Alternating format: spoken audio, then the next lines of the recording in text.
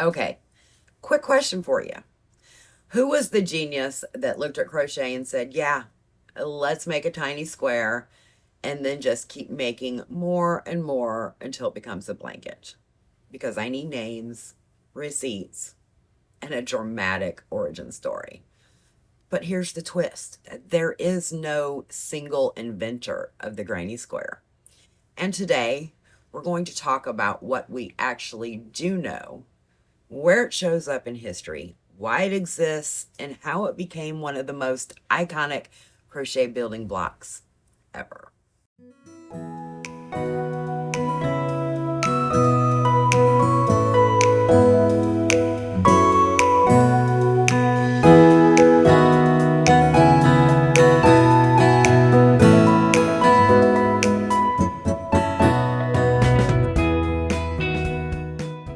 Hey friends, and welcome back to the Lopsided Crafter. Today is a deep dive into the granny square, but not just the Pinterest version. We're talking about where it first appears in published crochet history, why it was created in the first place, and how it evolved into what we all recognize today. Before granny squares became a thing, crochet in the 1800s was already a practical craft. It was used for household textiles, decorative edging, and making functional items as cheaply as possible. And one big theme in early crochet: nothing was wasted. Leftover yarn wasn't stash. It was a survival material. So crocheters naturally started experimenting with small motifs, little repeatable pieces that could be made separately and later combined. That idea, modular crochet, is the foundation of what we now call the granny square. But at this point in history, it didn't have that name yet. It first shows up in print. So here's an important historical fact. We do not have a single first granny square pattern.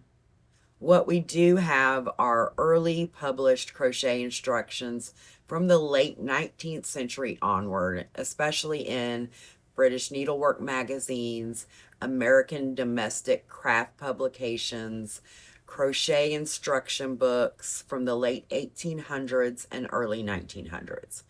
These publications included patterns for things described as crochet motifs, square medallions, Afghan blocks, patchwork style crochet squares. And here's the key detail. These squares were already being made in rounds and already being joined into larger pieces. That's the exact construction method that we use today. So the granny square didn't appear all at once. It shows up slowly across multiple publications and regions as a shared idea, not a single invention. So why did it exist in the first place? Let's talk about the real reason this idea stuck. It wasn't aesthetic. It wasn't trend-based. It was a practical problem-solving square.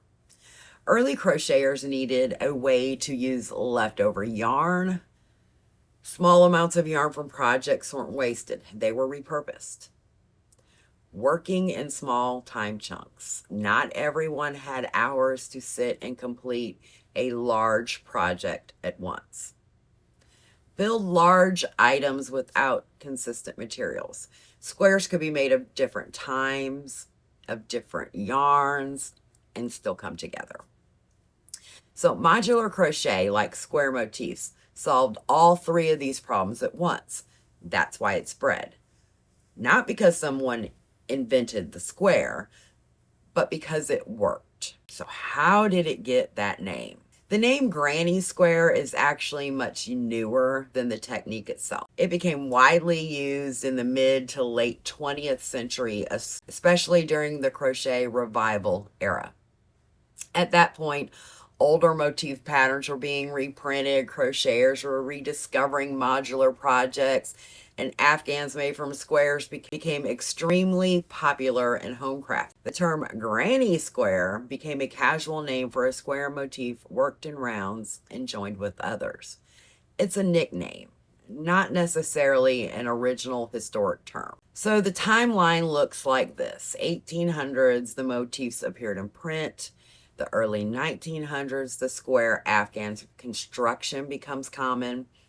In the mid 1900s, the term granny square becomes widely used. So why did it stick around? Why are we still making them today? Because the structure is genius. A granny square is modular. It's forgiving, works with scraps, can be paused and resumed at any time. You're not committing to a whole blanket at once. You're just making one square at a time. And then another, and another, and another. The granny square wasn't invented in one moment by one person. It grew out of the 19th century crochet publications where makers were already exploring small motifs, modular construction. It stuck around because it solved real problems: time, materials, and flexibility. And it's still here today for those same reasons. It just works. So tell me, do you enjoy making granny squares? Are they your go-to project? What are your thoughts about them? What is your favorite pattern? Share those links below so that my followers can look those up if they're looking for a new granny square pattern or something to that nature. Tell me why you don't like them. I'd love to hear back from you. And until next time, happy crocheting. Bye. And I would love to see what you guys think about. No, let's just blah, blah. So tell me, do you make granny squares? Do you enjoy making them? Cat hair. Bye.